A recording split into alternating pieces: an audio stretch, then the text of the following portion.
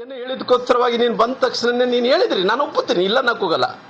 ಆದ್ರೆ ಇವತ್ತು ಯಾರು ಕೂಡ ಇವತ್ತು ಅವ್ರ ಪರವಾಗಿ ಏನು ನಮ್ಮ ನಾಗೇಂದ್ರ ಅವರು ದಲಿತ ಅಂತೇಳಿ ಏನು ಹೇಳ್ತಾ ಇದ್ರು, ಅವರೆಲ್ಲರಿಗೂ ನನಗೆ ಕೇಳೋದಿಷ್ಟೇ, ಇಷ್ಟು ದೊಡ್ಡ ಅನ್ಯಾಯ ಮಾಡಿದಂಥ ಟೈಮಲ್ಲಿ ನಮ್ಮ ಮಕ್ಕಳನ್ನ ಭವಿಷ್ಯನ ಕಸ್ಕೊಂಡನ ಆ ಮನುಷ್ಯ.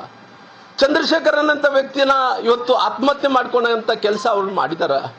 ಸಾಕಷ್ಟು ಮಂದಿ ಮಕ್ಕಳು ಇವತ್ತು ಉನ್ನತ ಶಿಕ್ಷಣವನ್ನು ಸಿಗಲಾರ್ದಂತೆ ಮಕ್ಕಳೆಲ್ಲರೂ ಕೂಡ ಇವತ್ತು ವಿದೇಶದಿಂದ ವಾಪಸ್ ಬರ್ತಾ ಇದ್ದಾರೆ. ಯಾಕಂದ್ರೆ ಅವ್ರಿಗೆ ಉನ್ನತ ಅವ್ರಿಗೆ ಏನು ಗೌರವಧನ ಕೊಡಲಾರ್ದಂತೆ. ಸಾಕಷ್ಟು ಮಂದಿ ಮಕ್ಕಳು ಇವತ್ತು ಸ್ಕಾಲರ್ಶಿಪ್ ಇಲ್ಲಾರ್ದಂತೆ ಕಣ್ಣೀರು ಹಾಕ್ತಾ ಇದ್ದಾರೆ. ಇವತ್ತು ಸಾಕಷ್ಟು ಮಂದಿ ಮಕ್ಕಳನ್ನ ಶಾಲೆಗಳಿಂದ ವಾಪಸ್ ಕಳಿಸ್ತಾ ಇದ್ದಾರ.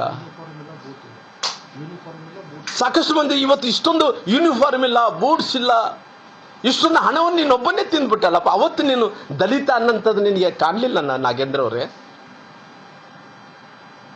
ನಿನಗೆ ಈ ಸುಮ್ಮನೆ ನೀನು ಇವತ್ತು ನನಗೆ ದಲಿತ ಅಂದಿದ್ದಕ್ಕೋಸ್ಕರವಾಗಿ ಯಾರು ಸಹಿಸಕ್ಕಾಗಲ್ಲ ಅಂತೇಳಿ ತಾವು ಏನು ಹೇಳಿಕೆಯನ್ನು ಕೊಡ್ತಾ ಇದ್ರು. ನಾನು ಕೇಳೋದಿಷ್ಟೇ, ಅವತ್ತು ನಿನಗೆ ಅನಿಸಿಲ್ಲೇನಪ್ಪ, ನಿನ್ಗೆ ಯಾವುದೇ ರೀತಿಯಲ್ಲಿ ಕೂಡ ಅನಿಸಿಲ್ಲನ? ಈ ಸಮುದಾಯದ ಮಕ್ಕಳು, ಬಡ ಮಕ್ಕಳು, ಈ ಸಮುದಾಯದಲ್ಲಿ ಓದ್ಕೋಬೇಕಾದಂಥ ಭವಿಷ್ಯ ಕಟ್ಟಕ್ಕೆ ಹೋದ ಆ ಭವಿಷ್ಯನೇ ಕಸ್ಕೊಂಡ್ರಲ್ಲ ನಾಗೇಂದ್ರವ್ರೆ. ನೀವು ಅವ್ರ ಭವಿಷ್ಯನ ಕಸ್ಕೊಂಡ್ರಿ. ಯಾರೋ ಹೆಣ್ಣು ಮಕ್ಕಳು, ಬೀದಿ ಬದಿ ವ್ಯಾಪಾರಸ್ಥರು ಬದುಕಬೇಕಾದಂಥ ಹಣವನ್ನು ಕಸ್ಕೊಂಡ್ರಲ್ಲ ನಾಗೇಂದ್ರವ್ರೆ. ನಕಲಿ ಖಾತೆಗಳಲ್ಲಿ ನೀವು ಎಲ್ಲೆಲ್ಲ ವರ್ಗಾವಣೆ ಮಾಡಿಕೊಂಡು ಎಲ್ಲಿ ಲೋಕಸಭೆ ಚುನಾವಣೆ ತಾವು ಬಳಕೆ ಮಾಡ್ಕೊಂಡ್ರಿ. ಬಂಗಾರ ಅಂಗಡಿಗಳಿಗೆ, ಎಕ್ಸೈಸ್ ಅಂಗಡಿಗಳಿಗೆ, ಎಲ್ಲಿ ಬೇಕಾದ್ರೂ ಕೂಡ ಯಾರ ಹಣ ರೀ? ಅದೆಲ್ಲಗಳು ದಲಿತರ ಹಣ ಅಲ್ಲೇನ್ರಿ ನಾಗೇಂದ್ರವ್ರೆ? ಎಷ್ಟು ಮಂದಿ ಬಡವರನ್ನೇ ಹೊಟ್ಟೆ ಹೊಡೆದು, ಎಷ್ಟು ಮಂದಿ ಮಕ್ಕಳನ್ನು ಇವತ್ತು ಅವ್ರ ಜೀವನವನ್ನು ಕಸ್ಕೊಂಡು ಅವ್ರಿಗೆ ಶಿಕ್ಷಣ ಇಲ್ಲಾರ್ದಂತೆ ಮಾಡಿ, ಅವತ್ತು ನಿಮ್ಗೆ ಏನನ್ನ ಅನಿಸಿದ್ರಿಗಿನ ಖಂಡಿತವಾಗಿ ಇವತ್ತು ನಿನ್ನ ಒಪ್ಕೊಂತ ಇದ್ದೆ. ನಾನು ಖಂಡಿತವಾಗಿ ನಿನ್ನೊಬ್ಬ ದಲಿತ ನಾಯಕಪ್ಪ ಅಂತೇಳಿ ಒಪ್ಕೊಂತ ಇದ್ದೆ. ಇವತ್ತು ಇಷ್ಟು ಮಂದಿಗೆ ಮೋಸ ಮಾಡಿ ಇವತ್ತು ಪುನಃ ಅವ್ರು ಏನೋ ಹೇಳಿದಾರೆ ಅಂತೇಳಿ ಈ ರೀತಿ ಹೇಳಿಕೆಯನ್ನು ಕೊಟ್ಟಿದ್ರಲ್ಲ, ಅವತ್ತು ನೀನು ಯೋಚನೆಯನ್ನು ಮಾಡಬೇಕಾಗಿತ್ತು. ಮಾಡಿದ್ದೆ. ಅವಪ್ಪ ಅವತ್ತು ನಮ್ಮ ಬಡವ್ರ ಮಕ್ಕಳ ಸಲುವಾಗಿ ನಾಗೇಂದ್ರ ಅವ್ರು ನಿಂತರು ಮಂತ್ರಿ ಆದಂಥ ಟೈಮಲ್ಲಿ ಮಕ್ಕಳಿಗೆ ಶಿಕ್ಷಣವನ್ನು ಕೊಟ್ಟಿದ್ದಾರೆ. ಮಕ್ಕಳಿಗೆ ಉನ್ನತ ಶಿಕ್ಷಣಕ್ಕೆ ಹೋಗ್ಬೇಕಂದ್ರೆ ಅವ್ರು ಪ್ರೋತ್ಸಾಹನ ಕೊಟ್ಟಿದ್ದಾನ, ಗಂಗಾ ಕಲ್ಯಾಣ ಯೋಜನೆಯನ್ನು ಕೊಟ್ಟಿದ್ದಾನ, ಬಡವ್ರಿಗೆ ಮನೆ ಕೊಟ್ಟಿದ್ದಾನ. ನಾಗೇಂದ್ರ ಅವರು ಎಷ್ಟೋ ಒಳ್ಳೆ ಕೆಲಸ ಮಾಡಿದ್ದಾರೆ. ನಾನು ಅಪ್ರಿಷಿಯೇಟ್ ಮಾಡ್ತಾ ಇದ್ದೇನೆ ನಾಗೇಂದ್ರ ಅವರೇ. ನಾನು ಹೇಳ್ತೀನಲ್ಲ, ನೀನು ಒಳ್ಳೆ ಕೆಲಸ ಮಾಡಿದ್ರೆ ಅಪ್ರಿಷಿಯೇಟ್ ಮಾಡೋಂಥ ವಿಚಾರದಲ್ಲಿ ನಾನೇ ಮೊದಲನೇ ವ್ಯಕ್ತಿ. ಆದರೆ ನೀನು ಈ ರಾಜ್ಯಕ್ಕೆ, ಜನರಿಗೆ ದಲಿತರ ಹಣವನ್ನು ನುಂಗಿ ಹಾಕಿಬಿಟ್ಟಿಲ್ಲಪ್ಪ. ಅದಕ್ಕೆ ಅದು ಕ್ಲಾರಿಫಿಕೇಶನ್ ಇಲ್ಲ. ಅದಕ್ಕೋಸ್ಕರವಾಗಿ ಇವತ್ತು ನಾನು ಈ ರಾಜ್ಯದ ಮುಖ್ಯಮಂತ್ರಿಗಳು ನಾನು ಕೇಳ್ತೀನಿ, ಇಂಥವ್ರನ್ನ ತಾವು ಮಂತ್ರಿಗಳು ಮಾಡಬೇಕಾಗಿತ್ತಾ? ಭ್ರಷ್ಟರನ್ನ ತಾವು ಮಂತ್ರಿಗಳು ಮಾಡಬೇಕಾಗಿತ್ತಾ? ಅವ್ರು ಏನೋ ಪುಣ್ಯಕ್ಕೆ ಇವತ್ತು ಎಲ್ಲ ಕೋರ್ಟು ಅವ್ರನ್ನ ಬಳ್ಳಾರಿಗೆ ಹೋಗ್ಲಿಕ್ಕೆ ಪರ್ಮಿಷನ್ ಕೊಟ್ಟಿದ್ದಾರೆ. ಇವತ್ತು ಬಳ್ಳಾರಿಗೆ ಬರ್ತಾ ಇದ್ದಾನ. ಅಕಸ್ಮಾತ್ ಕೋರ್ಟಲ್ಲಿ ನಾಳೆ ಬಳ್ಳಾರಿಗೆ ಬರಬಾರ್ದು ಅಂತೇಳಿ ಆದೇಶವನ್ನು ಕೊಟ್ಟಂತ ಟೈಮಲ್ಲಿ ನಮ್ಮ ಬಳ್ಳಾರಿ ಪರಿಸ್ಥಿತಿ ಏನು? ಅವ್ರನ್ನೇನ ಜಿಲ್ಲಾ ಉಸ್ತುವಾರಿ ಮಂತ್ರಿಗಳು ಬೆಂಗಳೂರು ಮಾಡ್ತೀರಾ? ಅಕಸ್ಮಾತ್ ಕೋರ್ಟ್ ಏನನ್ನ ಆದೇಶವನ್ನು ಮಾಡಿ ಇಲ್ಲಪ್ಪ ಬಳ್ಳಾರಿ ಬರೋಕ್ಕಾಗಲ್ಲ ಅನ್ನಂಥ ಟೈಮಲ್ಲಿ ಯಾವ ಜಿಲ್ಲೆಗೆ ಮಾಡ್ತೀರಿ?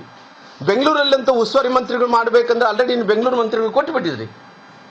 ನಾಳೆ ಎಲ್ಲ ರೀತಿಯಲ್ಲೂ ಕೂಡ ನಾಗೇಂದ್ರ ಅವ್ರನ್ನ ಬಳ್ಳಾರಿ ಬರಲ್ಲ ಕೋರ್ಟ್ ಆದೇಶ ಕೊಟ್ಟರೆ ನೀವೇನೋ ಅವ್ರು ಶೋಕೇಶ್ ಗೊಂಬೆಯಲ್ಲಿ ಶೋಕೇಶ್ ಮಾಡಿ ಬಂದಂಥವ್ರು ಹೋಗಂಥವ್ರು ಎಲ್ಲರೂ ಕೂಡ ಶೋಕೇಶ್ ಗೊಂಬೆ ಥರ ನಾಗೇಂದ್ರ ಅವ್ರು ನಿಲ್ಲಿಸಿ ಅವ್ರು ನಮಸ್ಕಾರ ಮಾಡಿ ಹೋಗಂತೀರ್ಯಾ? ಇವತ್ತು ಕಾಂಗ್ರೆಸ್ಸಿನ ಹೈಕಮಾಂಡ್ ಅನ್ನಂಥದ್ದು ಇವತ್ತು ಕೇವಲ ಭ್ರಷ್ಟರಿಗೆ ಇವತ್ತು ಆದ್ಯತೆಯನ್ನು ಕೊಡೋಂಥ ಕೆಲಸ ಆಗಿದೆ.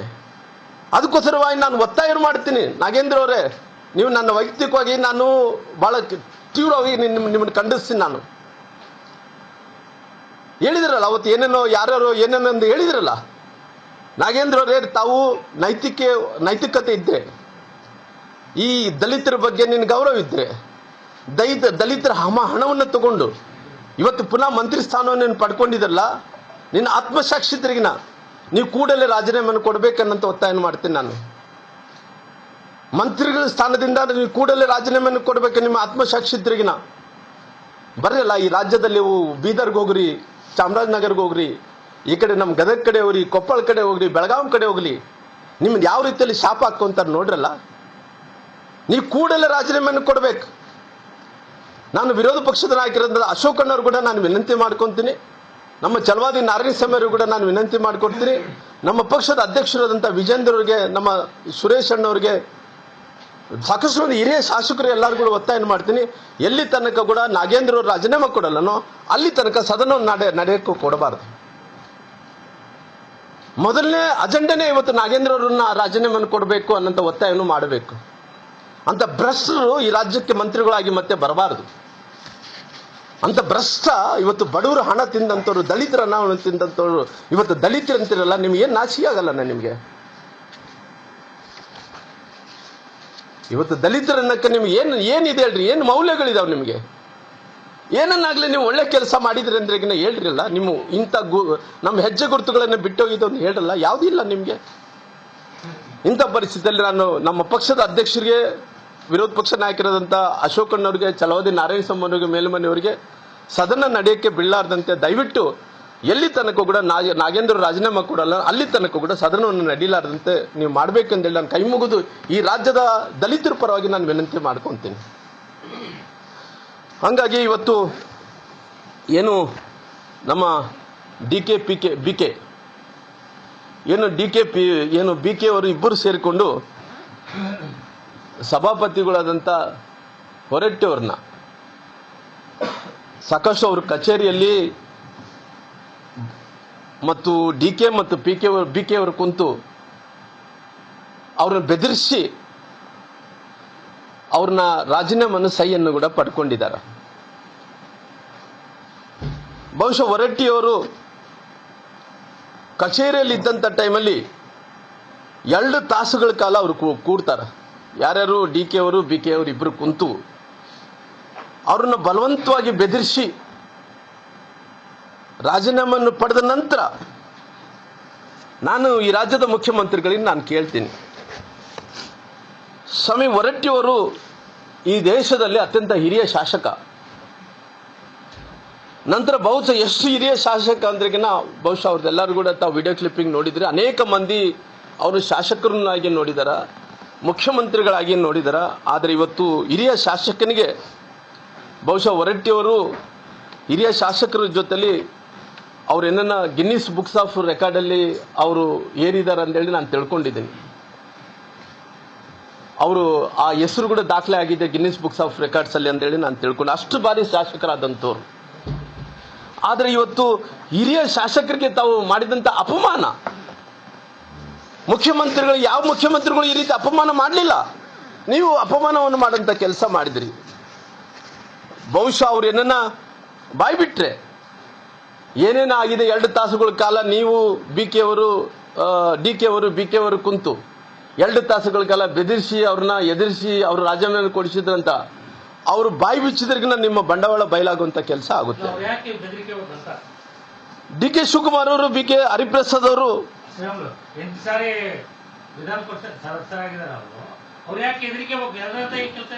ಅಲ್ಲ, ಅವ್ರಿಗೆ ಇವತ್ತು ನೋಡ್ರಿ, ಅವ್ರಿಗೆ ಒಂದು ಯಾವೇ ಮುಖ್ಯಮಂತ್ರಿಗಳು ಇತಿಹಾಸವನ್ನು ತೆಗೆದು ನೋಡಿದ್ರೆ ಈ ರೀತಿ ರಾಜೀನಾಮೆಯನ್ನು ಕೊಡಿಸಿದಂತ ಉದಾಹರಣೆಗಳು ಯಾವಿಲ್ಲ.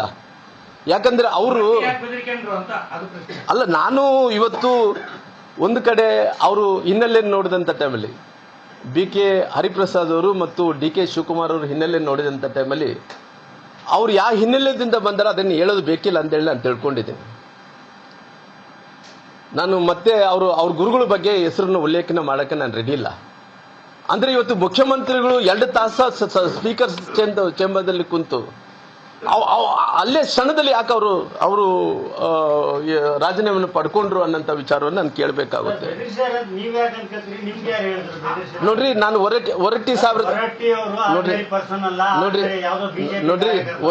ಹೊರಟ್ಟಿಯವ್ರನ್ನ ನೋಡ್ರಿ, ನಾನು